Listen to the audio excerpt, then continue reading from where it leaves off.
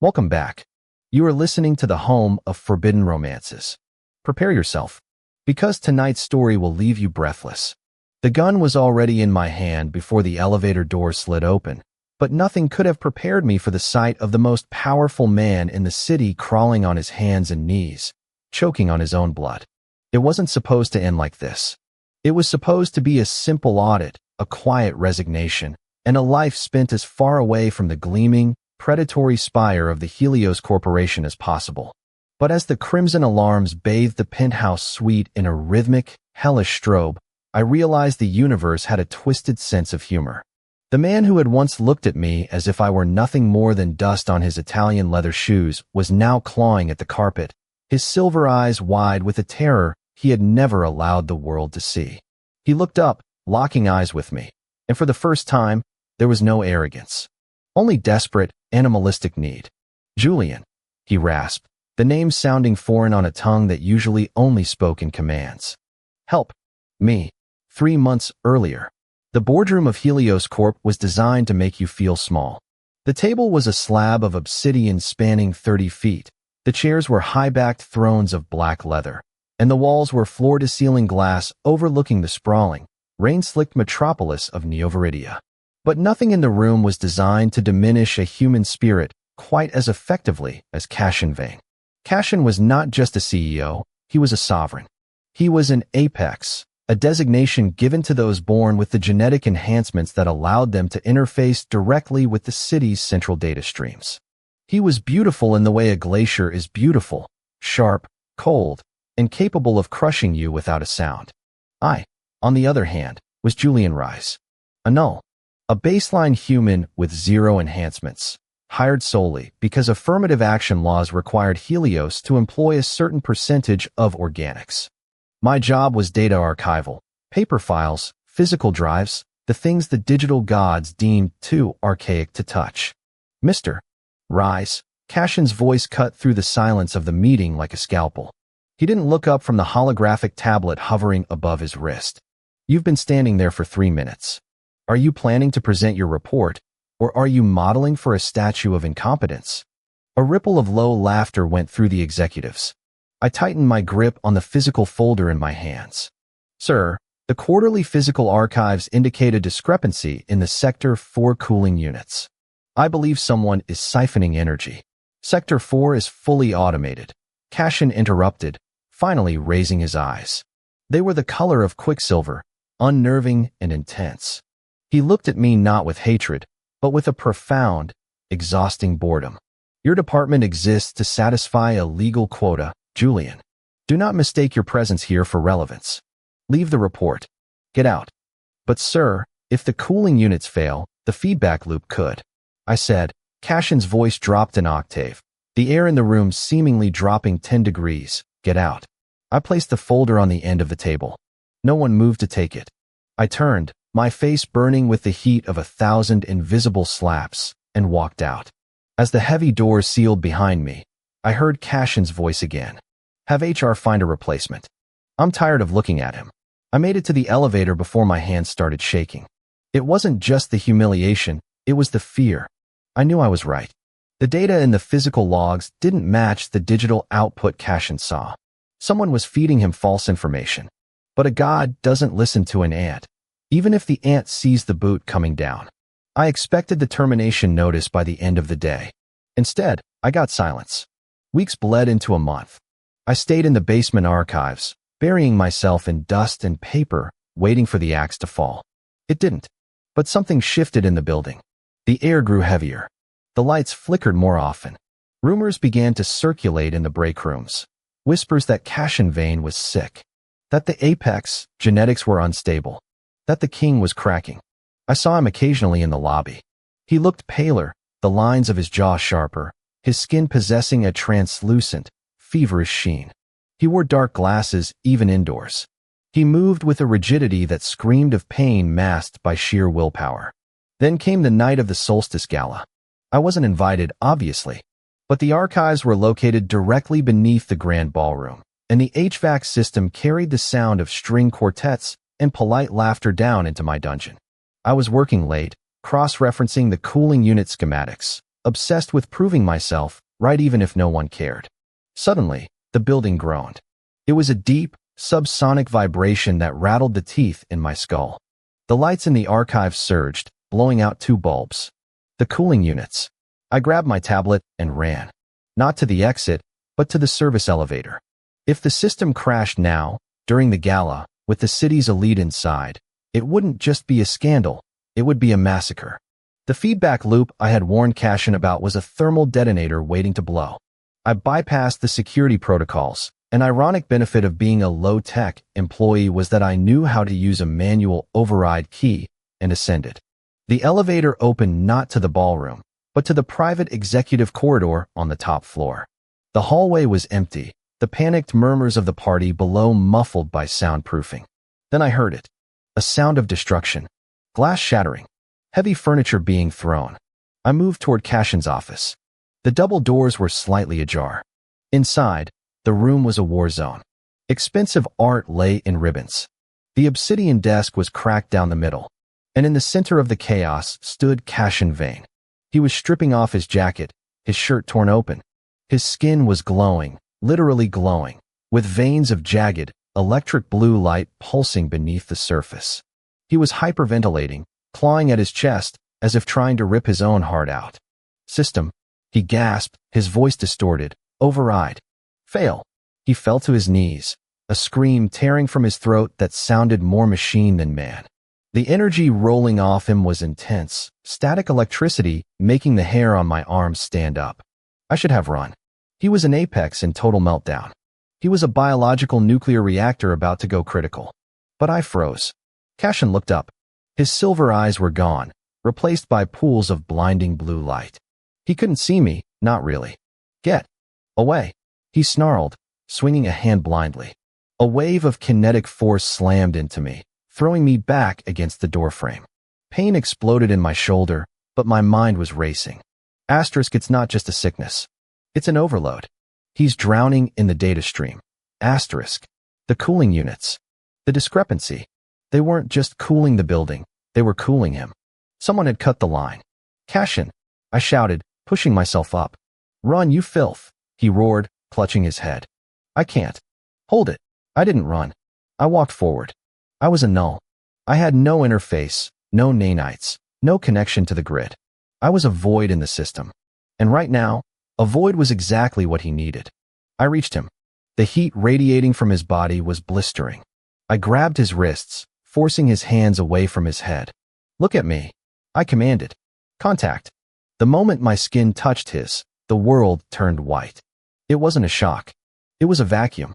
I felt a rushing sensation, like water draining from a tub. The agonizing, screaming energy coursing through Cashin slammed into me and vanished. My null physiology acted like a grounding wire. I absorbed the excess static, the data overflow, and neutralized it simply by existing. Cashin gasped, his back arching. The blue light in his veins flickered and dimmed.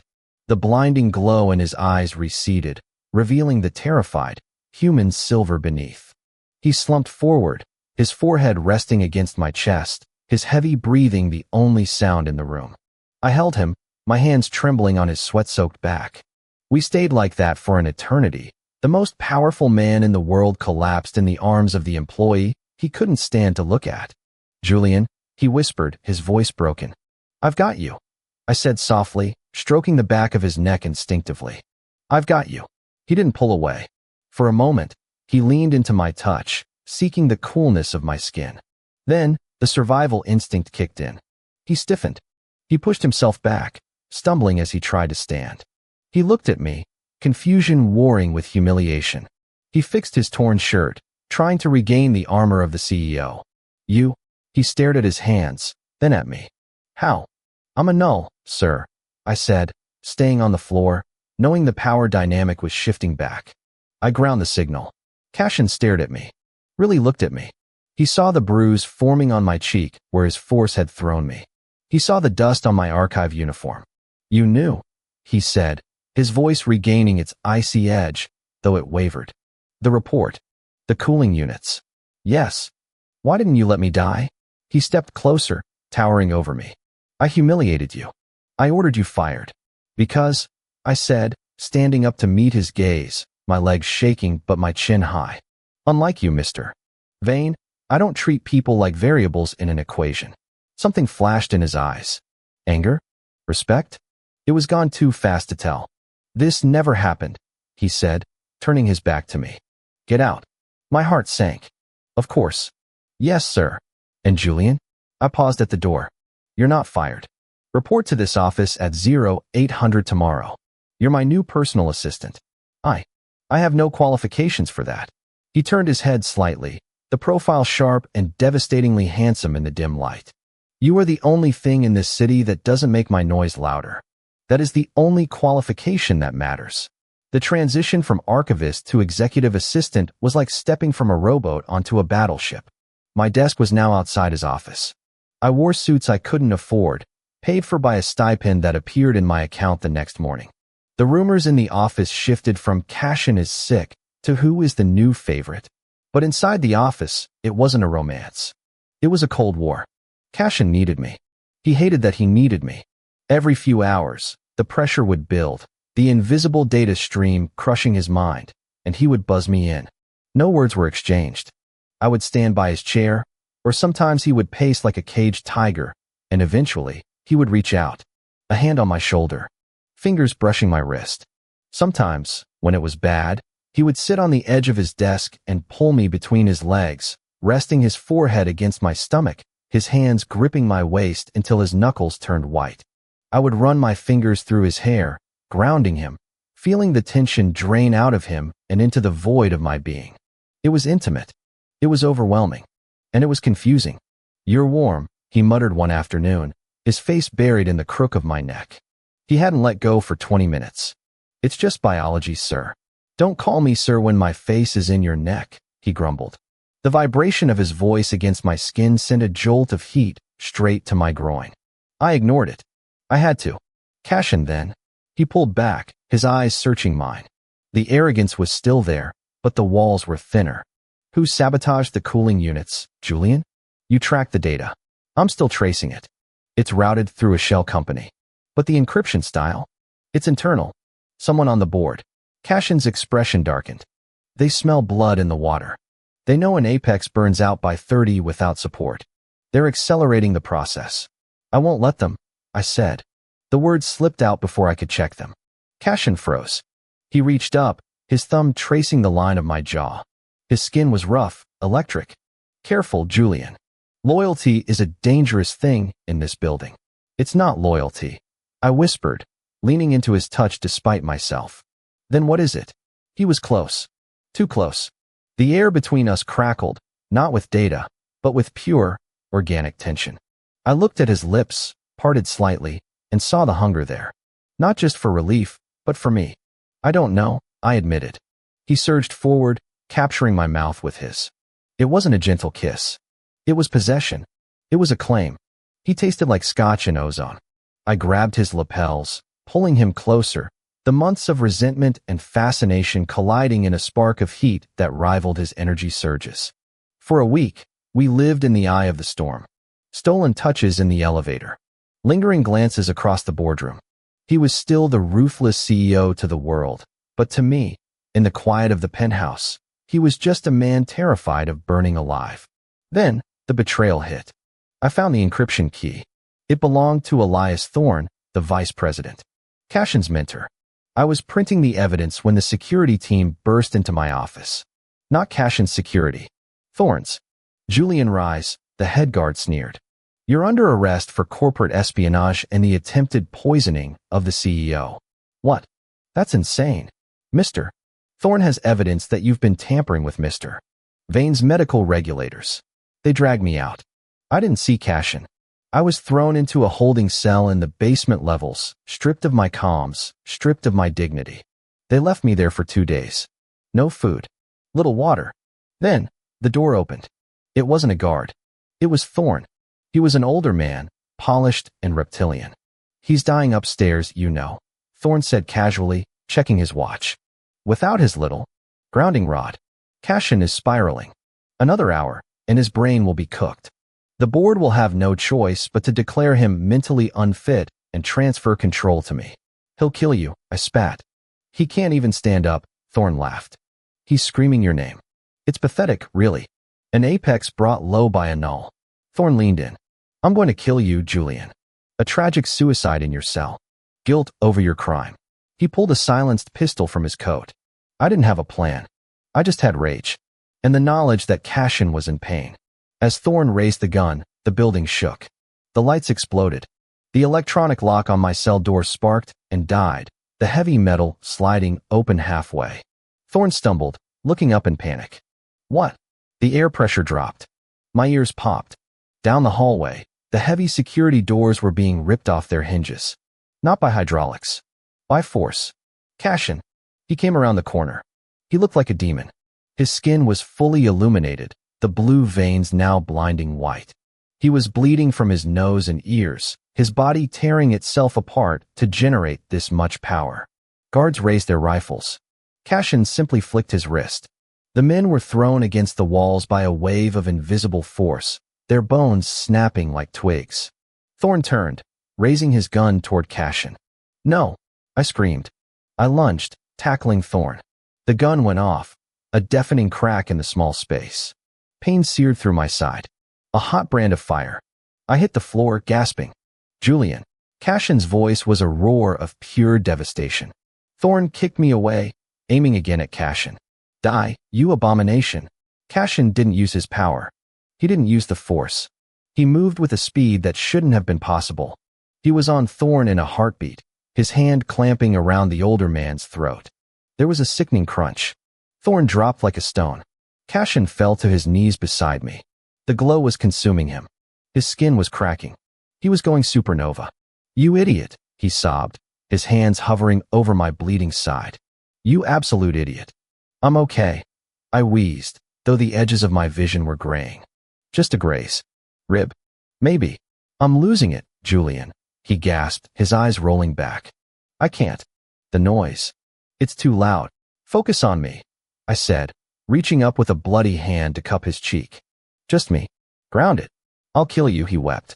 There's too much. Then we burned together. I whispered. I pulled his face down to mine. The connection was violent. It felt like being struck by lightning. The energy poured out of him, a torrent of fire and data. It rushed into me, filling every cell, burning through my nerves. I screamed. He screamed. But I didn't let go. I anchored him. I took the storm and I shoved it into the earth, into the void of my null genetics. Slowly, agonizingly, the white light faded. The shaking stopped. Cashin collapsed on top of me, unconscious, his breathing shallow but steady. I woke up in a hospital bed, not a prison cell, the private medical wing of the penthouse. My side was bandaged. The room smelled of antiseptic and lilies. Cashin was sitting in the chair beside the bed. He looked tired. He had a bruise on his jaw and bandages on his hands. He was reading a physical book. He looked up when I stirred. Thorn is dead, he said simply. The board has been purged. The cooling units are fixed. And you? I croaked. Stable. He closed the book and stood up. He walked to the window, looking out at the city he owned. Because of you. I was just doing my job.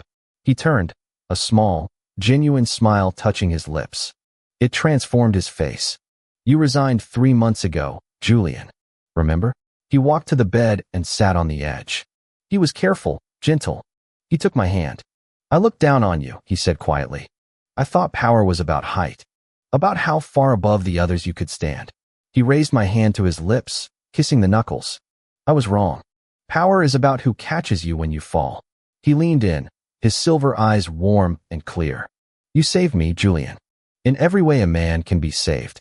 Does this mean I get a raise? I teased weakly. Cashin laughed, a rich, deep sound I had never heard before.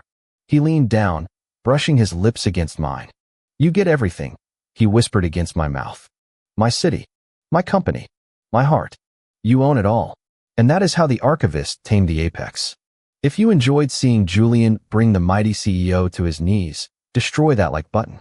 And tell me in the comments, would you forgive a man who once treated you like trash, even if he gave you the world afterward?